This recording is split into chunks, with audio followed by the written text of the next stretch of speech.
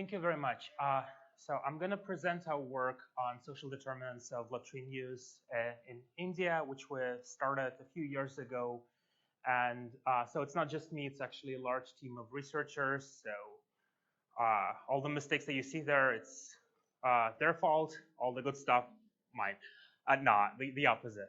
Okay, but we'll start with a quote from someone who's also related to Penn. It's a quote by people at the Institute for Compassionate Economics, and Ashish Gupta is a part of this team. And they started one of their papers with the following quote: "Most people who live in India defecate in the open.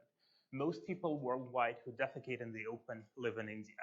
And that's a very good setup for the problem that we're trying to solve.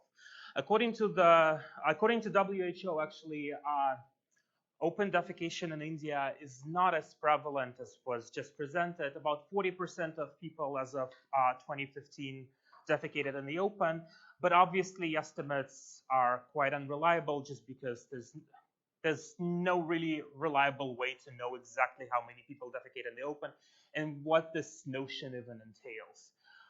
However, it is a big problem, whether it's larger than 50% or smaller than 50%, even if it's 40%, it's still a very big problem for the country. And not only do researchers realize that, also the Indian government understands that. And that is why there were a lot of programs in India trying to curb open defecation, starting with a few campaigns that didn't quite work back in the 90s. But in 2014, a new campaign was started that was called Swachh Bharat. And this campaign was not only targeted on open defecation. Swachh Bharat literally means clean India in Hindi. So this campaign was targeting cleaning in general, but open defecation is a large part of this cleaning. It has a very ambitious goal by October 2nd, 2019. So in a week, India is going to be open defecation free. Obviously, this is not going to happen just because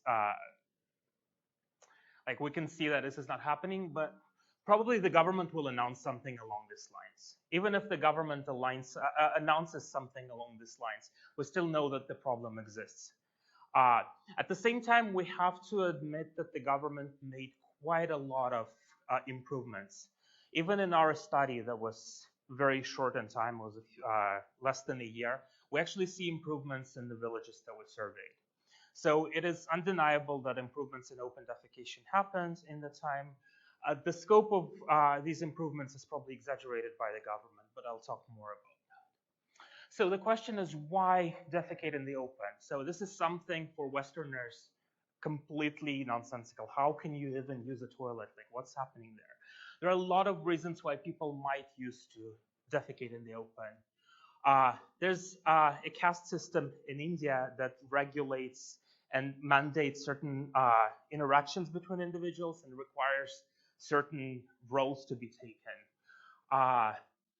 This caste system might prevent the spread of innovations. It might also coerce certain individuals, such as women, to behave a certain way. And that will prevent them from innovating in sanitation. Information might be also blocked by different structures in the communities. So individuals might not necessarily have information about what sanitation facilities are there and what's so good about using better sanitation facilities. There are also norms surrounding open defecation.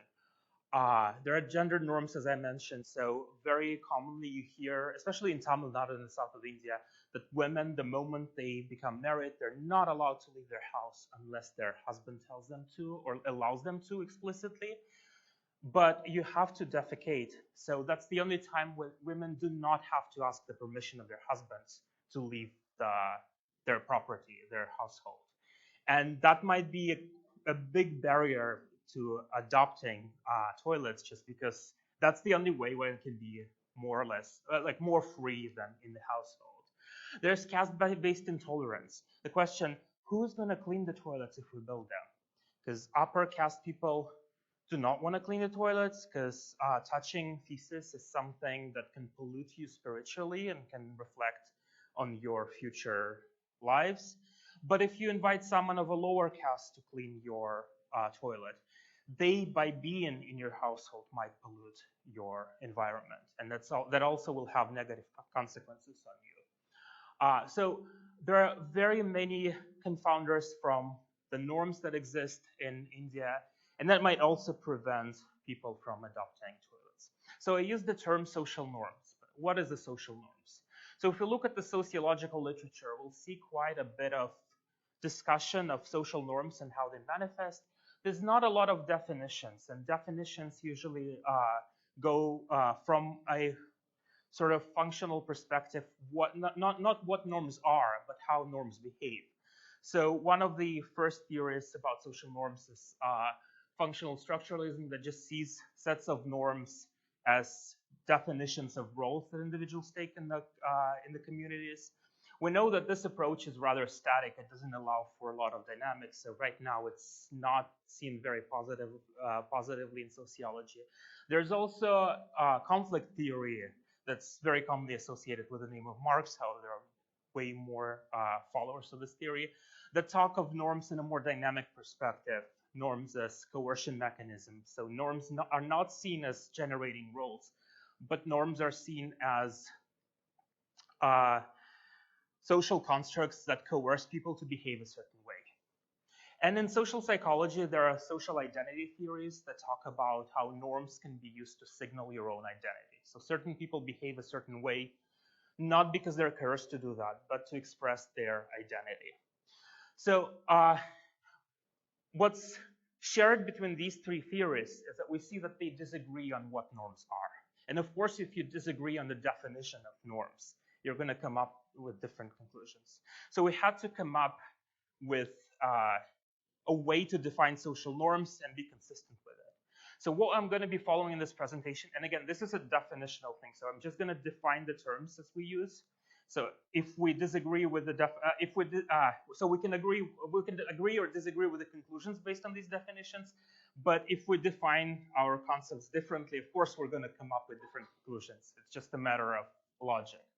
So I'm going to be talking of social norms from the point of view of the theory of collective behavior that was developed by Christina Bicchieri, who now works at the University of Pennsylvania, actually on the 4th floor with us at the Center for Social Norms and Behavioral Dynamics.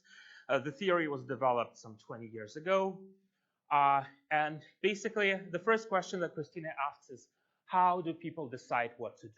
People can decide what to do independently of anyone else. We can act in a certain way regardless of what other people do. What might happen is a lot of people might decide to behave a certain way independently, but on the surface level, it's just going to look like everybody chose to behave a certain way collectively. At the same time, people might decide how to behave based on what other people do. And if they do decide to behave a certain way because of other people, what about other people influences us is the question that Christina asks. So in order to answer these questions, she comes up with a typology of behaviors that are based on two definitions. First, empirical expectations, and then normative expectations. Empirical expectations are beliefs about what other people do. So there's no normative component to it. It's just what other people do. We might be right, we might be wrong, but we just believe about certain things about the world. Examples are village girls marry right after puberty. That might be a belief. It might be true, it might be false, but it's something that people might have as a belief. Parents around here do not vaccinate their children. When it rains, people use umbrellas. That might be a true statement of the world, that might be a false statement in the world. Whenever people present to people from Seattle, they always disagree about this thing because people use raincoats there and don't use umbrellas. The second component is normative expectations. Normative expectations are beliefs about what other people think should be done or we should do. Women believe that men think they should punish their wife if she refuses to cook dinner. That's an example of a normative expectation. We don't necessarily assert here that men necessarily punish their wives, but we believe that this is something that should happen. Local leaders believe that village people disapprove of open defecation. Maybe local village leaders approve of it, but, and we just don't know that, and that's our belief, etc. So how are we going to use these two definitions, empirical expectations and normative expectations? So we're going to divide all of the behaviors that happen, first of all, into two groups, into independent behaviors and interdependent behaviors.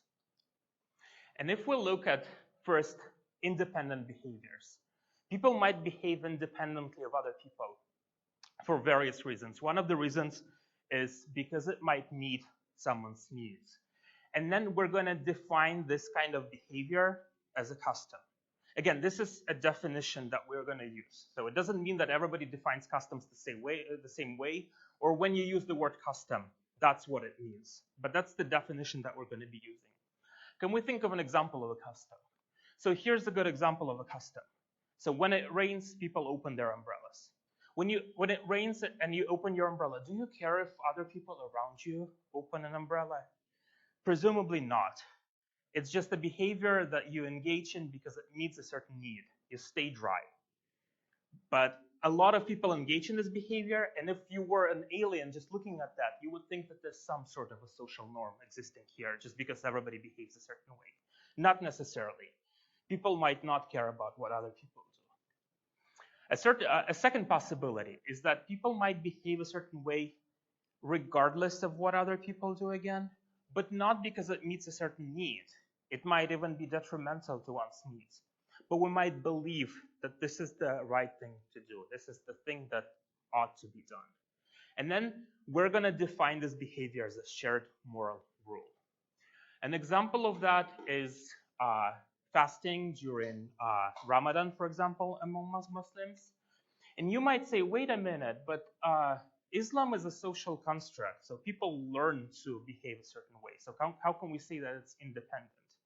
So if we look at this situation statically, we might argue that once people learn this behavior, once they learn that the basics of Islam, and if they choose to adhere to it, at that point that behavior becomes independent. If you're a follower of an Islam, regardless of how you became one, if you decide to fast, it's not because other people around you fast. It's because of your moral beliefs. And again, there might be exceptions to this behavior, but then it's not going to be a shared moral. What's more interesting are behaviors that are dependent on others. Again, we might behave a certain way because other people behave a certain way. And what matters for us is that other people behave this way. So what matters for us is empirical expectations. If we model our behavior on empirical expectations about others, we're going to call this behavior a descriptive norm. An example of a descriptive norm is driving and choosing which lane to drive in. So here in the US, we drive on the right side of the lane. If you go to, say, the UK or Hong Kong, you're going to drive on the left. Presumably, this is a descriptive norm. So we behave a certain way because other people do that. If everybody drives on the right, but I decide to drive on the left, it's going to have very bad consequences for me. Something's going to happen.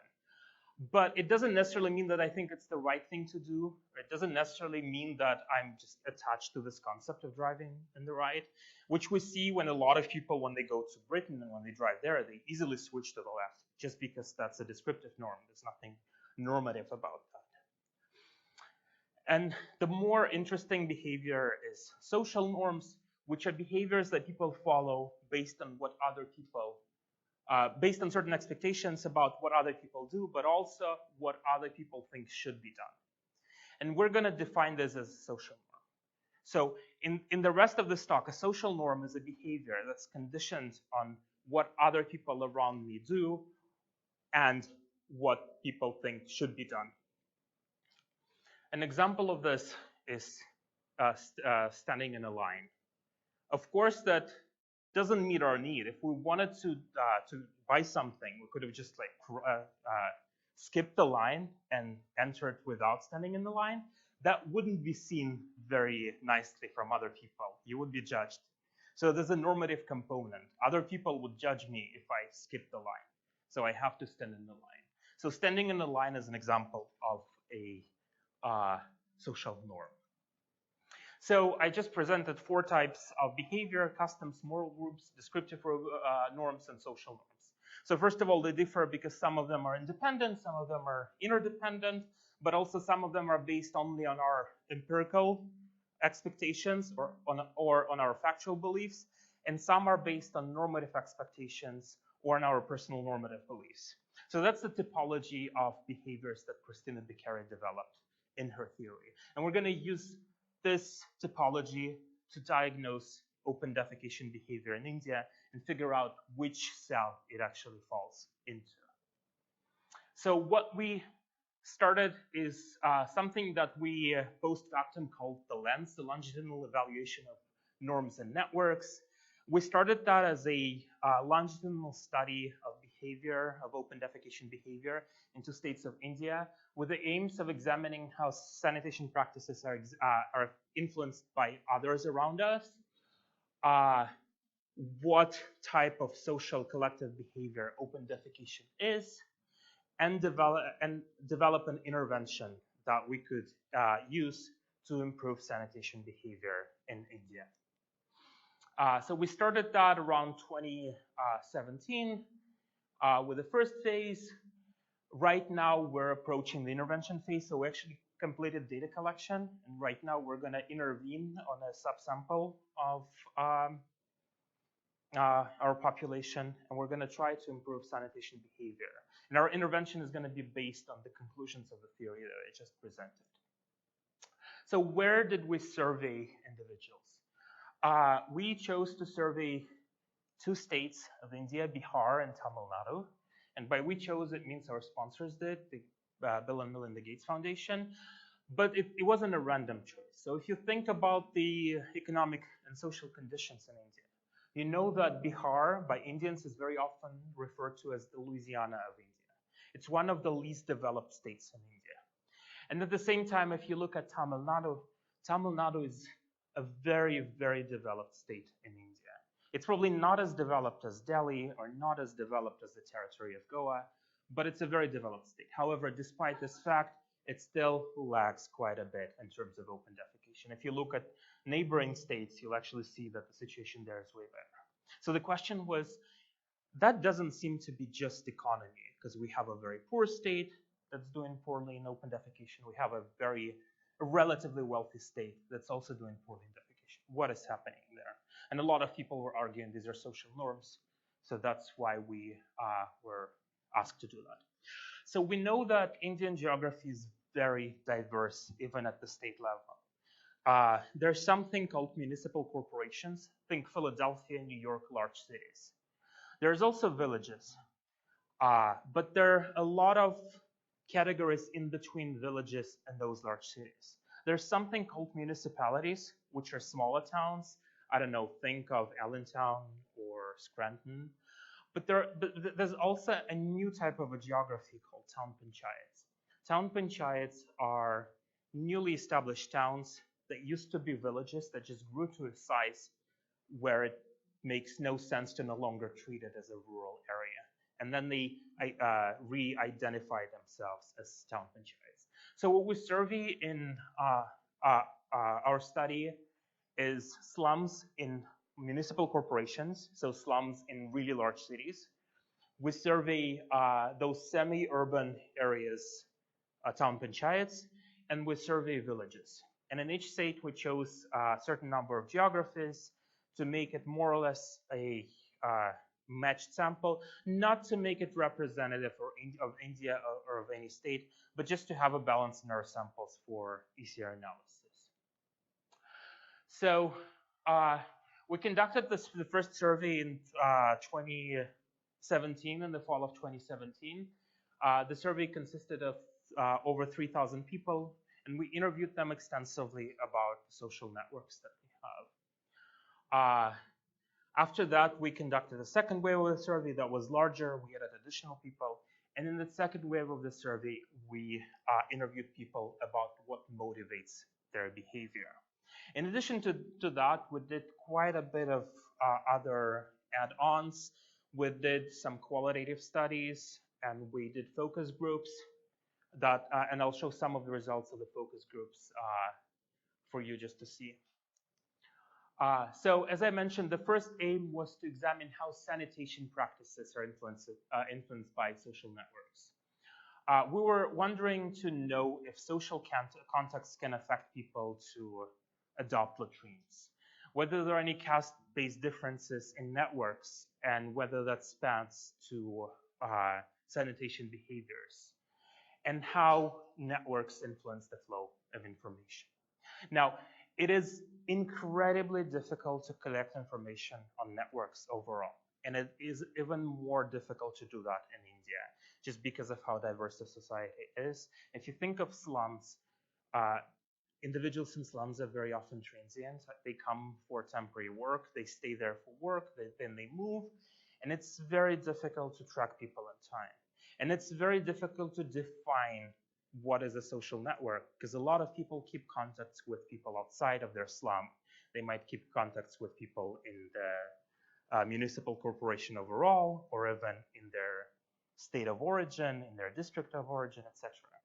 So instead of doing a large scope study on sociocentric data collection, what we actually did is we collect the so-called egocentric information. So for each individual in our survey, we asked them to provide proxy information about their social contacts. And I'm going to be using the term alters. That's pretty common right now in egocentric analysis. So when I say alters, it's not a term from psychology, it's a term from network science, and it means proxy response about social contact. So we used several name generators to solicit information about who people interact with. We asked people who they contact in times of crisis, when they need money. We also asked people who they respect the most in their communities. And in addition to that, we had a few latrine-specific social name generators. Namely, we asked people who you would ask for help building or maintaining a latrine, and who do you talk to about toilets in general. And especially this one, who do you talk to about toilets in general, might seem a little bit strange, especially from our perspective. Like if I ask any of you, who do you talk about toilets, you'd probably be a little bit, at least embarrassed about the question, which was pointed out by IRB when we applied for it. But also, you don't really talk about toilets. Because of Swachh Bharat, because of this program in India, a lot of people actually talk about toilets. If you turn on TV, the TV in India, people show commercials of toilets. People advertise toilets. People advertise new technologies. You see billboards where by people I mostly mean Modi. Right now he's like everywhere. He's just like, there's like almost like a cult of Modi. It's the first time you come to India, it's very interesting. Every single toilet has a portrait of Modi on the toilet, just because he wants to be associated with this movement. But it's interesting to see. But there's a lot of advertisements of toilets, and people really talk about toilets. That's not something rare in the Indian environment. So what we collect in the end looks something like this. So we might have information about ego, the respondent, and we have all the typical information about the respondent: their age, sex, caste, religion, etc. And in particular, we collect their information about their sanitation behavior. What was the last place of defecation? What's the usual place of defecation? Do you own a toilet, etc. In addition to that, we ask people about their social context. We ask people who provides financial help for this person. And not only do we ask who, in terms give a name, we also try to ask people to self-identify the relationship between this person and the respondent. So some people say, oh, that's a landlord. Oh, that's my father-in-law. Sometimes they say, oh, it's a friend. With who you respect the most, a few respondents said Modi. So we have Modi and some of the social networks. Obviously, there was no personal contact between Modi and the respondents. At least, like, we assumed that there wasn't. But yeah, so with this name generator, people could actually go outside of their community. Whereas for financial help, you see that most people live very close to the individual.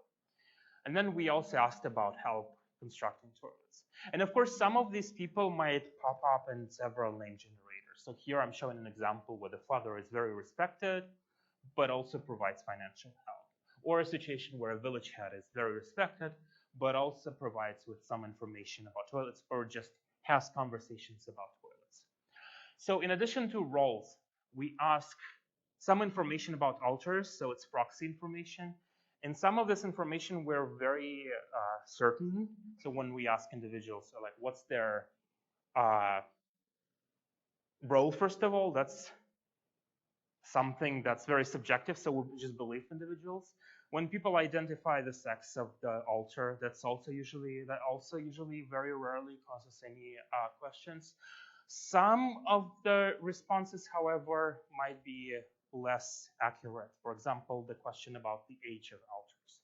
If that's a village head, you might not necessarily know how old this person is. So sometimes you estimate this information. And when we look at age pyramids, you can actually see that a lot of the information provided here is subject to age heaping, both in terms of like zeros and fives popping out, but also a lot of people like to be really old. The older you are, the more respected you are in this community. So there's this kind of heaping also.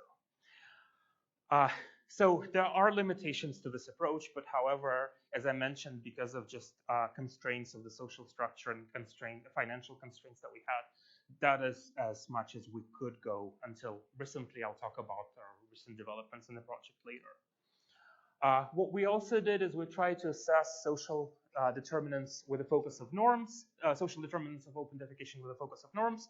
So we applied the social norms theory that I was just talking about, and we tried to identify what kind of a behavior open defecation is. Is it a custom? Is it a moral rule? Is it a descriptive norm? Or is it a social norm? And then we used these results to develop an intervention. The intervention is going to start very soon, probably at the end of October. At least trials of practices will start in October. So we're going to present the whole design of the intervention at the UNC conference, at the Water and Health conference in a few weeks. So I won't spend too much time here just because time is limited. And I want to switch to empirical results. So if you have any questions about the intervention, feel free to ask them. But I'll try not to focus too much about that because right now it's just a plan of action. It's not that we actually did anything. So the study population looks something like this. You'll see that the mean age is a little bit weird maybe because if you think of India, you know that the population is very young and 35 to 39 looks quite older than what you would expect. The reason for that is because by our IRB regulations, we couldn't interview anyone below the age of 16. So know that that's just a sample that's truncated from below. However, in all of the other characteristics, that looks very similar to the censuses. So we see that half of the sample is female. A lot of people do not have formal education, especially in Bihar. As I mentioned, Bihar is a way less developed state than Tamil Nadu. And there are also differences in castes and religions. So Bihar, being on the north of India, has a relatively larger proportion of Muslims, where in Tamil Nadu, you have a lot of Christians just because of the influence of missionaries who are coming to India from that side. So here's how access to toilets looks in our samples. So red is private toilets, orange is community toilets. You can see that in slums, 70% of people have access to a private toilet. And in 45% of the slums, there's a community private toilet. The situation is very similar in peri-urban communities. As I said, they used to be villages. Right now, they're quickly urbanizing. So you'll see very often we refer to them as peri-urban, even though technically that's not a definition of what peri-urban is, just to not use the word town panchayat. That's just foreign for us. But there are a lot of problems in rural areas. So if you look at rural areas, that's where there are a lot of gaps. So only half of the population in rural, at least in our sample, has access to toilets. Most people mention that they have something called septics. So toilets connected to an underground tank or vault, 51%. I must say that a lot of people do not know what a septic tank is and do not define the septic tank properly. And sometimes they are misled by masons into believing that what they have is actually a septic tank when they don't. A quarter of our sample has something that's referred to as soak pit latrines. So think of it as this way. You dig a hole, then you put rings just to maintain the structure so that soil doesn't collapse and mix with the fecal sludge. And then what happens, this single pit is used for a certain time. Of course, the liquids can leak through the rings, so it's not isolated, so there's some leakage, which allows for fecal sludge to be compressed over time. But at some point, this pit is going to be filled, and then something needs to be done with that. And we know in India, there's a whole profession of manual scavengers who manually clean the pits, a practice that's outlawed, and that's something that's just very, very unhealthy, and that shouldn't happen. What the government of India, in addition to all international organizations, is promoting is something called double pits. So double pits is the same thing as one pit, except it's two pits. So what happens is you use the first pit, and then you switch to the second pit. A pit takes several years to fill. So a pit is usually 6 feet deep, takes about, depends on how many people in the household, but 2 to 4 years to fill. By the time one pit fills, the second one dries completely. If it's dried completely, it presents virtually no biological harm. At the moment it becomes dry, it's no longer a biohazard, just because all the bacteria that were there are just dried out. And that can be used as fertilizers, for example, and that's relatively easy and not dangerous at all to clean, as opposed to when you have to clean wet sludge. So very often what we saw is people actually had single pits or double pits, and they identified that as septic tanks just because that's what masons refer to that. So we're not quite sure 51% is the actual estimate. It might be an overestimate. Most toilets are built inside or attached to the household structure. Especially that's true for slums, just because there's not a lot of land around. You'll see that in villages, sometimes the toilet is a little bit separated from the household.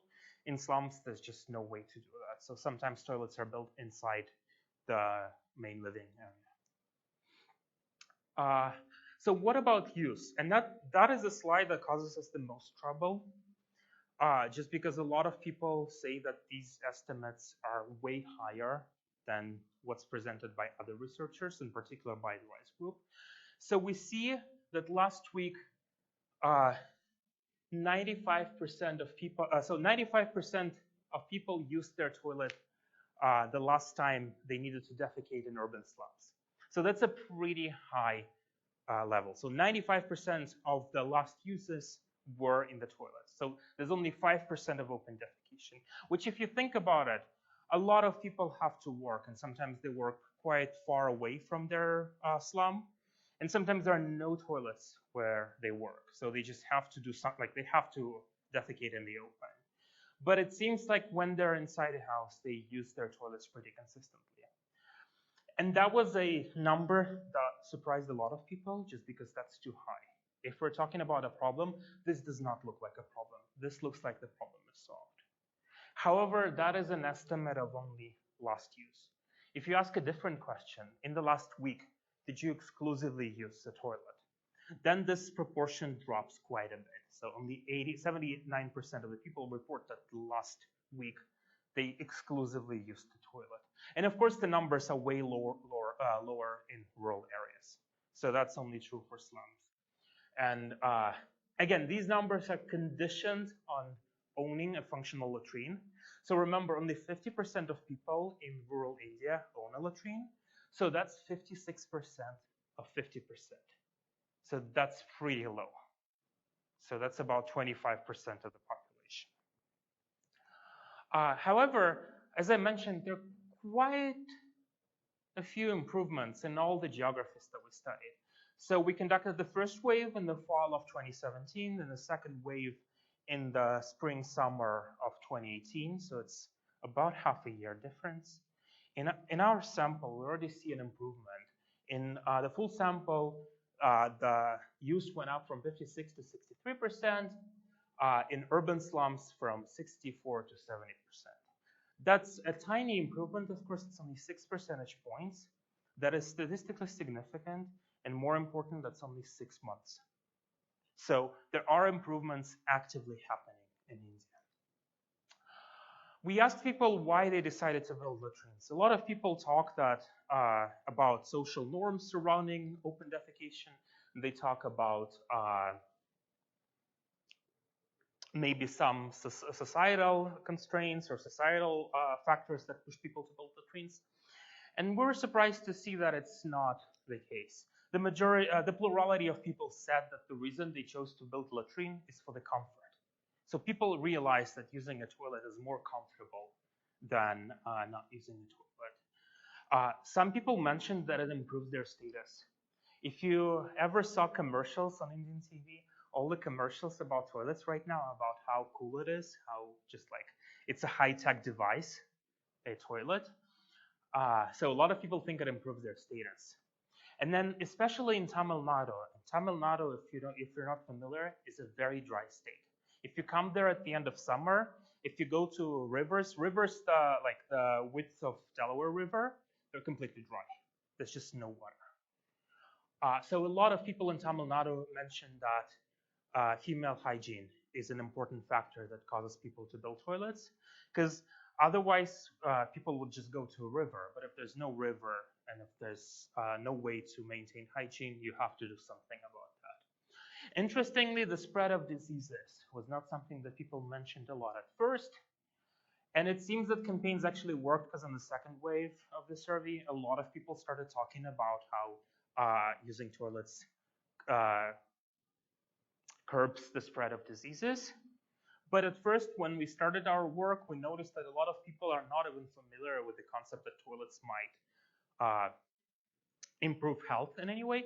And that makes sense, because there's really not a lot of harm of you defecating in the open for yourself.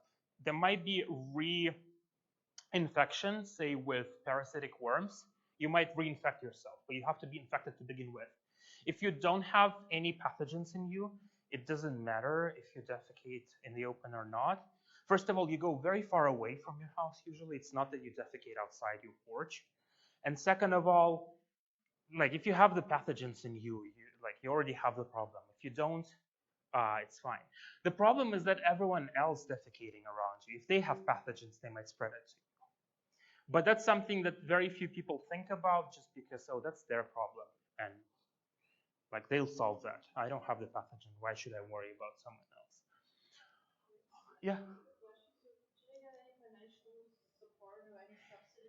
Yes. So they have financial support right now. They provide. So the government, on average, provides about 12,000 rupees. 12,000 rupees is about $200. That's enough to build a very simple toilet with superstructure, a very simple one. Very often people think that it's not sophisticated enough to just spend the money on. What also happens is there's corruption. So a lot of people have something that, like Halloween season, they have ghost toilets. By ghost toilets, people mean stolen money that are on all the forms sticked as a constructed toilet. And sometimes the mason might split the money with a household. So they get a portion of those $200, they report it as a constructed toilet, and they continue defecating in the open. So there's financial support theoretically for everyone. There are still constraints to that. A lot of people defecate in the open. Why do you think they do it? We asked respondents. And the plurality said, oh, there's no latrine available. If there's no latrine, what else are they going to do? Like, how can people behave a different way? And yeah, there were some other responses. So there are old people who are not able to, say, build a latrine. There's tradition. There's a way to socialize for people. As I mentioned, for women, very often going to defecate in the open is the only time when they can be alone from their husbands.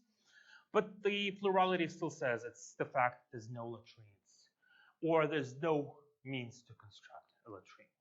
Or some people just say, oh, we're doing that out of habit, just because that's what we always did. Like, why would we change? We asked people who they talk about toilets with.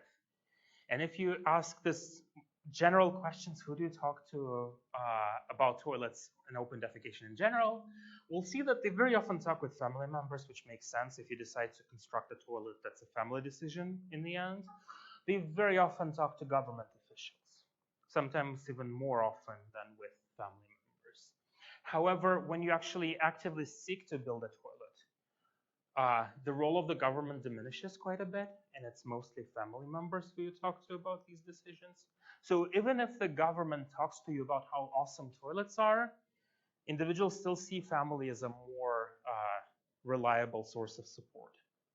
But then when it comes to maintenance, and that's the gap, that's a very big gap of Swachh-Bharat. Swachh-Bharat does not talk about maintenance at all. People just do not see government as a source of support in maintaining toilets.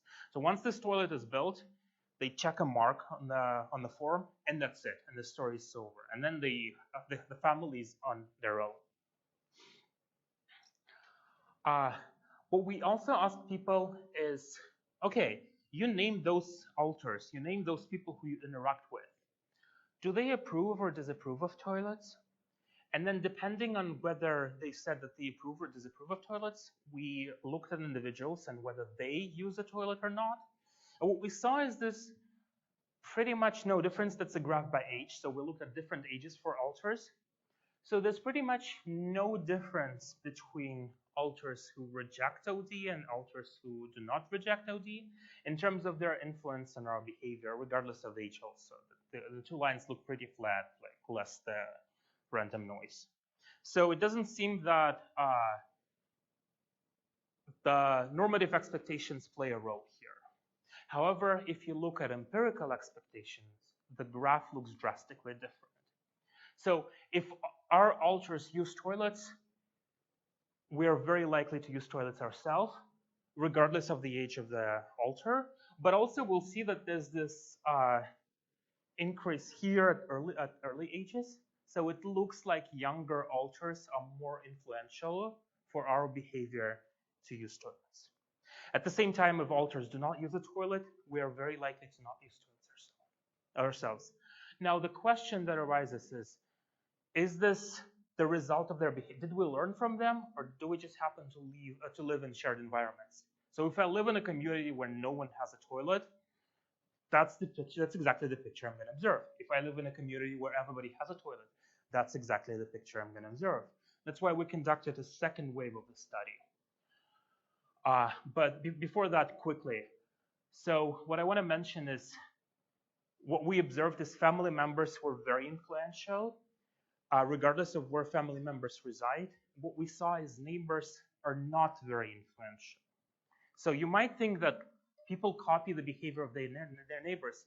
What we observed actually in our sample is sometimes they do, but only if those neighbors also co-act as our friends or as our relatives. If they're just neighbors who we don't have a lot of interaction with, there's pretty much no influence. Okay, so individuals are influenced in their latrine use behavior by what people in their networks do, not what people think should be done. That's a conclusion slash an assumption for a second wave, because as I mentioned, there might be shared environments that influence that. So what we did in the second wave of the study is we tried to diagnose the behavior based on the theory of social norms by Christina Bicchieri. We used quite a few methods that are allegedly causal. So we used vignettes and we tried to eliminate this endogeneity bias. I won't go too much into that, but we have reports available online that you can study, and you can also ask me questions. But I'm going to show you some of the results of the behaviors that we measured. So where did you defecate the last time you had to? And this is histograms for 3 different geographies. So these are histograms for urban slums, for peri-urban areas, for town panchayats, and for rural areas. And we'll see that the majority of the plurality of individuals living in urban slums, they do use toilets, whereas the situation is way worse in rural areas. So the problem is really in rural areas.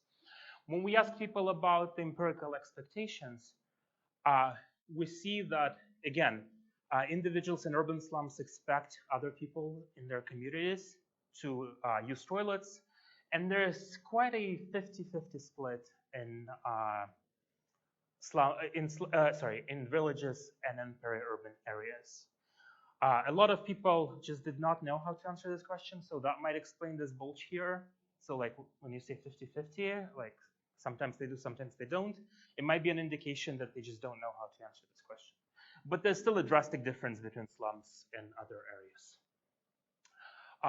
Interestingly, people think that everybody should use a toilet, and we're like, wow, this is very interesting, because mostly like you hear that there's opposition in the communities to using a toilet. But the personal normative belief question that we asked, society might think it is wrong to defecate in the open. Do you personally think it's right, neither right nor wrong, or wrong for someone to defecate in the open? Most people think it is wrong to defecate in the open. However, if you ask this question of people who do not own a toilet, people say, no, it's not wrong. Like, what else can they do? We conducted qualitative studies, and in the qualitative studies, people said something along these lines. Those who are going outside defecating in the open are helpless. The ones who have a latrine in their house don't do that. They're helpless and don't have money to eat. And how can they construct a latrine? So there is judgment of people who defecate in the open overall, but only if they have a latrine. If they don't have the means to construct a latrine, there's way less societal pressure to construct to use either a community toilet or something else. If they don't have a latrine, what else can they do? So I'm going to skip this. So, and that's the last slide I'm going to show before the Q&A. What we try to use this information for, not only do we try to measure what their beliefs are, we try to condition the behavior on their empirical and normative expectations. So we try to see what the differences in normative and empirical expectations, in addition to other controls, can affect our behavior. And what we see is, first of all, in our studies, normative expectations usually present themselves as a flat line. It doesn't matter what your normative expectations are, your open defecation probability does not change. However, empirical expectations play a major role in your behavior. If you expect very few people in your community to use toilets, you're going to be very unlikely to use toilets yourself. However, if you expect a lot of people to use toilets, you're going to be using toilets yourself. So we did vignette analysis. We tried to corroborate our findings with some sensitivity studies. I unfortunately do not have time to show it all to you, but it seems that no matter how we look at this question, the response is the same. Toilet use as a collective behavior is a descriptive norm. What we choose to do is conditioned not by what other people think should be done, but what other people around us do. And that's the main conclusion of our formative part of the study. So the way we're planning to use this is we're developing an intervention. It's going to be a multifaceted intervention, but it's going to contain a lot of messaging about empirical expectations, because what we noticed is very often empirical expectations might be inaccurate. So very often people, because toilet use is such a private behavior, people might very commonly underestimate how many people around us use toilets. And what we're planning to do is we're planning to sort of like, you've probably seen, I'm going to show one slide. You've seen something like that in hotels, help us save the environment. And on the tags that they put about, or like on the notes about changing bed sheets, they say, oh, like 53% of the stayers in this hotel chose not to change their bed sheets every single time. Help us save the environment. And that has proven to be a very effective messaging strategy for descriptive norms, specifically for descriptive norms. And that's something that we're gonna employ in our intervention along other approaches. We're gonna present that at the UNC conference in a week if someone is maybe present there. And we're gonna start this intervention in around end of October, November. We're going to see some results probably in a year after India becomes open defecation 3. So again, October 2nd, wait for the announcement that the problem is solved. But unfortunately, there's still a lot to be done. Okay, I'm gonna stop here just because I'm almost out of time, and I'm gonna open the floor for Q&A. Thank you.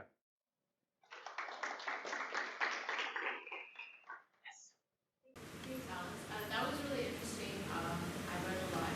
But I want to push you a little bit and ask about the topic of coercion, because this is something that came out in the research squad survey that Ashish was involved in. So they found that 12% of people reported that they had faced direct coercion in either building or using latrines, and that marginalized populations like Belarus and Belarusians reported that at a rate of 2 or 3 times that. And that coercion could extend from having their government benefits withheld because they were over-defecating, or shame tactics like taking pictures of them and posting them, like over-defecating, posting them on WhatsApp and things like that, or even the police intervening and rounding people up and threatening them, so that the government could portray this image of being over-defecation free, which is a really important part of Logi's the narrative he's trying to portray about his government. So I wanted to ask you, how would these direct, like violent or coercive tactics fit within your framework of norms? Because obviously coercion is a way to change norms. And then my second question is, do you think that these coercive tactics could have also impacted your results in that people may be reporting they're using their toilet when they're not, or just because they're afraid of someone finding out that they reported to the survey or maybe they weren't. So I just wanted to... Yeah, sure. So I'll start last question. So can people lie about their toilet use because they're coerced to, like, there's a social expectation that you use toilets. So can you just like lie on this question just because of social desirability? Yes, you can. What we did to account for that is, in addition to asking people questions, we also observed toilets. So we went into each household, we asked them to show us the toilets. Very few people refused to give us access to their toilets. And we observed signs of use. 92% of the toilets that we observed had signs of use. So we don't know if this was happening every time again, but at least that was very highly correlated with what they actually reported. So again, there might be social desirability. We try to account for that the best we can. Now, for the first part of your question, what about how it influences behavior overall and like what to do with that? So coercion is a very useful strategy for social norms. So like regardless of what we think about the ethicality of it, it's a very effective way to change behavior if there's a social norm. So what we observe in our studies, there's no social norm the way we define it. There's a descriptive norm. So we are very certain that the government does that. We just don't think it's a useful strategy. It's not the most effective strategy. What we're trying to do right now, like, you have to understand that the Indian politics is very, like, you have to be very, like, you cannot be very open because you're going to be kicked out of the country. And you have to be very careful and very, like, diplomatic about things. What we're trying to do is we're trying to show that it's messaging about what's actually happening in the communities and not the coercion that's more effective. And our data supports that coercion is just not going to do anything because there's no expectation of, there's no conditionality on what other people think should be done. Of course, if you're forced to use the toilet, and when you're observed using, like, or observed not literally, but when you're forced, you might start using that, but then there's going to be slippage. And that's not an effective strategy. However, if there is a descriptive norm, and if you expect that other people behave a certain way, and you just want to follow the trend, so to say, and behave the way other people do, it doesn't require coercion. So it's a more ethical approach. And at the same time, we see in our data that it's more effective. And we got these data before the study on coercion actually came out. So when we saw that, we actually, that makes sense because that joins forces very well with what we're doing. It actually shows, yeah, the government's doing that. It's a bad strategy because of ethical reasons, but it's also just not an efficient and effective strategy to change behavior given the circumstances. But do you collect any data in your survey about coercion? Because because you can't really distinguish whether or not people are, like, what is the effect of coercion on your respondents if you're not collecting that in your survey? So we collected some data on coercion. We do not see as much coercion as was reported in squad. We survey different populations, and a large part of our population in Tamil Nadu, where the situation is very different, where people, they refuse to speak Hindi, they refuse to count themselves as a part of, not quite, but they are very unhappy to be a part of India, and they don't necessarily associate themselves with everything that's happening in the north. So that might explain some of the differences. We do see coercion. We don't see that coercion necessarily changes behavior long term. Yeah? You spoke about the latrines that are like private. What are the public latrines like? And that's a very good question. Thank you. So public latrines in India look pretty much like public latrines like anywhere in the world, except they're built and then they're not maintained. So there's no way, the government just for some reason completely forgot that maintenance is an important component of using toilets. So they built them, sometimes they look awesome. We saw awesome toilets that were built in the 90s in Tamil Nadu. They're built out of marble, they're very beautiful, except they forgot to connect them to plumbing. So there are toilets, but there's no plumbing. And then there's nothing to do. So what very often happens is communities take over those toilets and they kind of like take control of the toilet. So someone just claims that it's my toilet now. I'm going to charge the money and I'm going to clean it. And that happens very often. That happens so often that there's right now a new sanitation strategy in India called community toilets, where people just build community toilets that are not government owned, that are not privately owned, but that are owned by community members. And technically they're free, but sometimes someone is assigned to clean them and they get paid by the community members. Yeah, but so in many places, especially with given the financial constraints, community toilets are a good way to approach sanitation problems. And that's going to be part of our intervention. I don't want to go too much into that because, like, yeah. Hi, yes. So when you looked at how what your neighbor does influence you, do you see similar trends in rural and urban areas, because organizational networks in India in rural and urban areas are completely different? And you look at urban slums where the migratory nature requires you to have a different kind of network.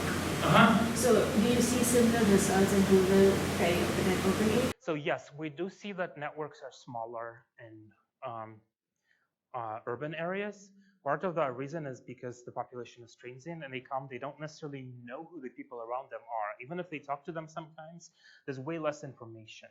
Also in slums, information is less accurate, the proxy information, because you very often don't know what's happening to your neighbors because they're new. What we're actually going to do to approach that, we recently got an extended funding for a sociocentric study. So we're going to interview 2 town panchayats in India, and we're going to collect information on everyone in those town panchayats, ages 12 and above. We'll try to reconstruct not just the egocentric network, but we'll try to reconstruct sociocentric networks to see how influence flows beyond this one step of separation. So, and that's going to happen probably in December. So the results will be out early fall next year. I guess one final question.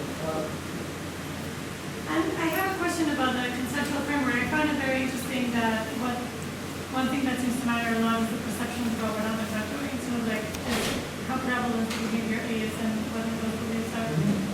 And in your definition of social norms, you include both either there's people believe that others believe that something is wrong or not, or just beliefs about what they are doing, regardless of whether the beliefs are the moral beliefs they are. No, the social norms has to have this normative component.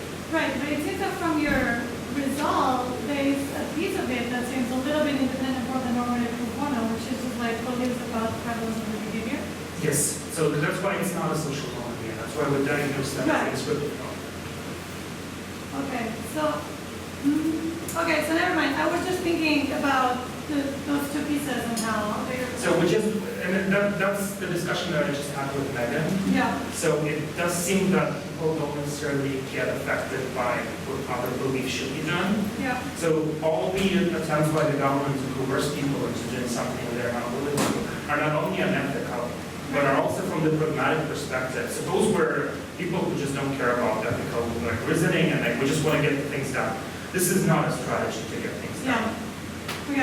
No, that's right.